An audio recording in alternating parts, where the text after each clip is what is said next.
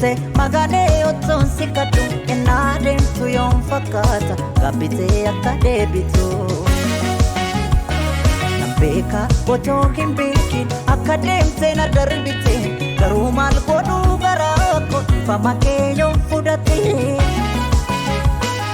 Dogoggora keen dabalee gocha kan kootu na aarse ifama kee otoon furdee naanis nan gabbede. Dogoggora keen dabalee gocha kan kootu na aarse ifama kee otoon furdee naanis nan gabbede. Kanan beeki atoo sajeessa jaalatu naatiin halaala keesse gati kootu yoo dandeesse anis nan gabbede bisee keessa doona dirqisiise. Nagape debise dugaatu na dirqisiise.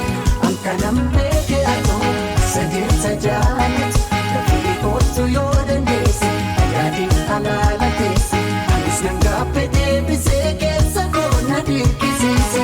Anis nan gabbede bisee dugaatu na dirqisiise.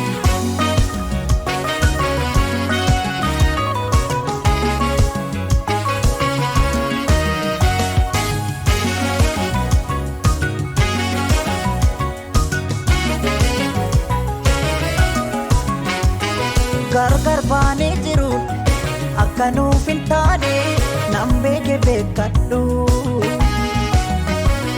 Waan gabbii keen gabbe ifama keen furdee na waliin jiraadhu. Dameen jeeqamne jiruu keenyas jeeqne maaliif adda baana? Anis badeen qabu atis qulqulluudhaan koo waliin jiraanna. Namna kamiitoof dhokatee miira isaa sobee jiraata. Dhugaa simachuu dadhabee of miidha jiru filata. Jaalalaan nu jidduu jira of sobuun nu baasu beeku. Deebi'i anis sin eegaa nu waliif nu uume Rabbi. Kanan beeki atoo sajeessa jaalatu naatiin halaala keesse gati kootu yoo dandeesse. Anis nan gabbede bisee keessa doona dirqisiise.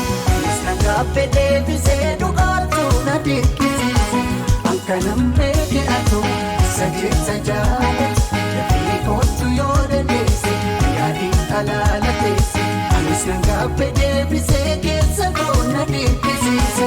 Anis nan gabbede bisee dhugaatu na dirqisiise. Nayaadiin halaala keesse gati kootu yoo dandeesse. Nayaadiin halaala keesse gati kootu yoo dandeesse. Anis nan gabbede bisee keessa doona dirqisiise. Nayaadiin halaala keesse gati kootu yoo dandeesse. Nayaadiin halaala keesse gati kootu yoo dandeesse. Anis nan gabbede bisee keessa doona dirqisiise. Anis nan gabbede bisee keessa doona dirqisiise. Anis nan gabbede bisee keessa doona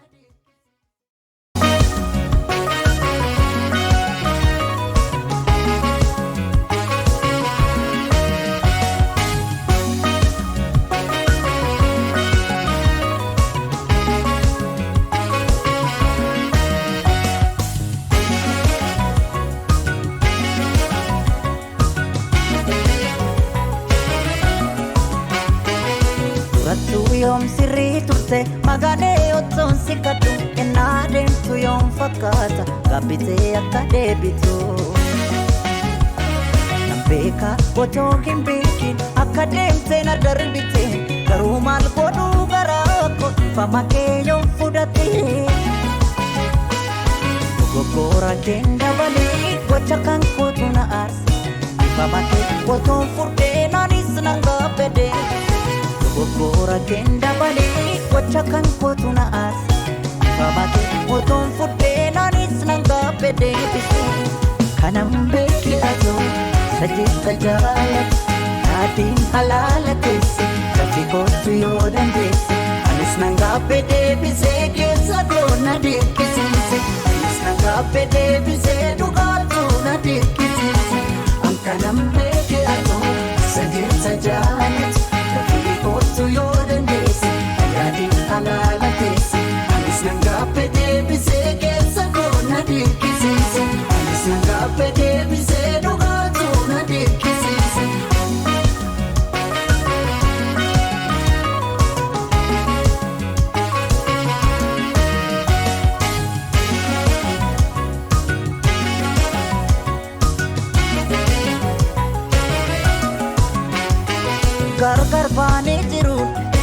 akka nuuf hin taane nan beeke beekadhu. Waan gaaffii keen gaaffee ifama keen furdee na waliin jiraadhu. Dameen jeeqamne jiruu keenyas jee